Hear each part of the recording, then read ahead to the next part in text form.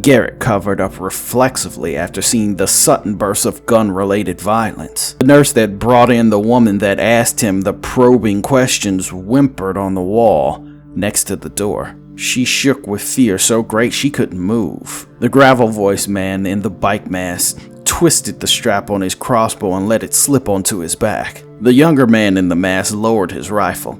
"It's okay, ma'am. We're almost out of your hair," he said politely with a useful southern accent.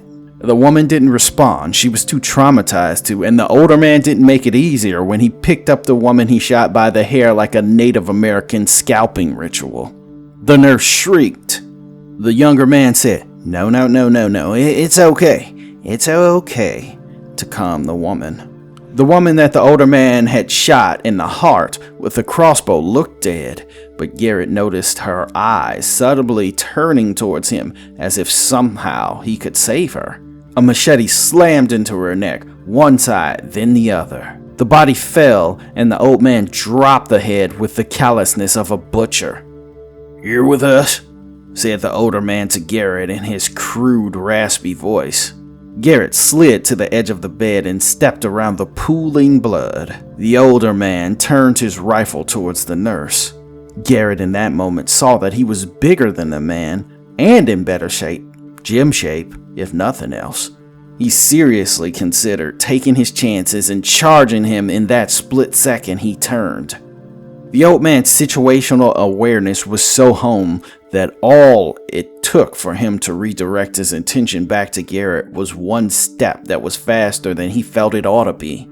Garret stopped. The man held his rifle in his direction now. "What you thinking about her?" said the older. "I can't tell." He looked to the woman and said, "You don't know anything, do you?" The woman shrugged and whimpered. "Better to clean the place than to leave spots," said the older. "No, doesn't matter no way. Leave it," said the younger. The older man clicked his teeth as if sparing that woman's life bothered him the same as someone fighting an OCD might. "Come on, you're with us, Muscles," said the older. Garret moved slowly. The older man grabbed him with a surprisingly strong grip and positioned him in front of his person. The younger man turned back around to them as he peeked out of the door. "Clear, you stay low," the younger said to Garret, who crouched and walked with one shooter at his back, the other guiding them out. They were in a hospital that Garret could not quickly place. There were people ambling about, peering out of rooms, hiding from sight. They moved fast. They didn't take the elevator, but they went up a level. The two men didn't have the look of professionals in the conventional sense, but they had obvious discipline that came from real experience and practicality that trumped practice. Up the stairs, a man in a security guard's outfit set foot in front of the two. He obviously didn't have their training or tactical know-how. Garret knew very little about guns, and even he could see it. The two shot the man before he even turned to know what hit him. The older walked backwards up the stairs and the younger pushed ahead. Garret in front of the formation, so if anyone on their side of the conflict got shot, he was going to be the first to get hit.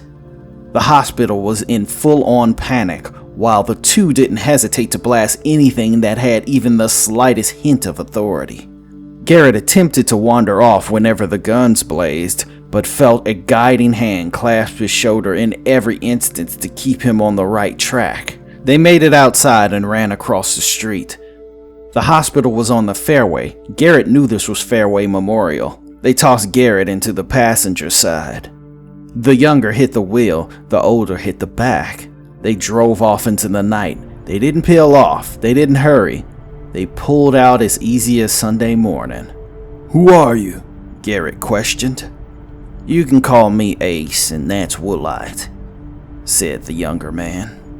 "Do you know what's happening, Muscles?" said Woolite. Garret shook his head. Ace fielded the question that wasn't asked. "You damn near got yourself a race back there.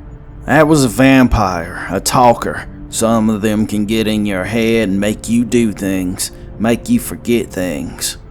My guess is that they were going to erase you and have you saying whatever it was they wanted you to say." You don't need to worry about that none now. We got you, said Ace. I need to get home to my girl, said Garret. Nah, you don't. That's the first place they're gonna look. You can forget that life now, my friend. You're either gonna be dead or that little bitch boy. If they came for me, then they'll get her. No, they won't. They'll watch her. You saw the bloodsuckers for what they were. They'll do whatever they can to fix this, said Ace. Garret was in no way okay with what was happening, but he was getting the impression he wasn't just free to leave. He felt playing along was better than arguing. What's next? Said Garret. Next is to lure them out and then kill our way up as fast as we can before they get wise, Ace said.